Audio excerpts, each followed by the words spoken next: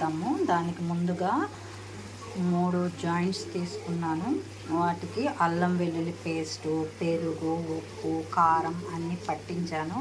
ఒక అరగంట అలా పెట్టాను. ఇప్పుడు దీన్ని బాయిల్ చేసుకుందాం, తర్వాత ఫ్రై చేసుకుందాం.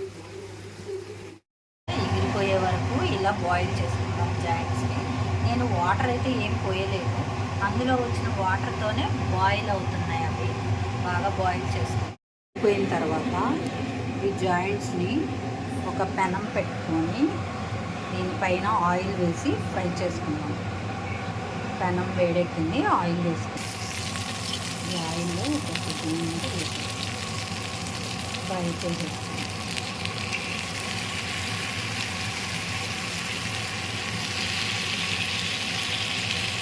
బాగా డీప్ ఫ్రై చేసేస్తాం.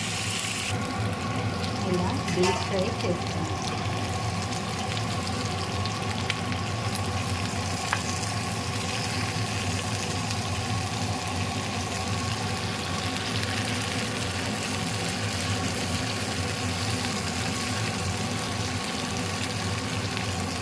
ఇది రెడ్డిష్ వచ్చిందాక డీప్ ఫ్రై చేస్తాం.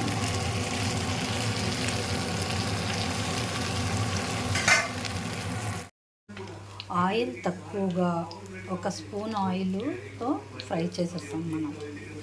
ఇలా మీరు కూడా ట్రై చేయండి. లైక్ చేయండి, షేర్ చేయండి, సబ్స్క్రైబ్ చేయండి. చక్కగా ఫ్రై అయిపోయింది చూసారా.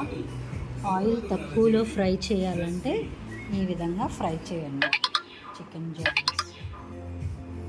Okay, like, share, subscribe. Thank you.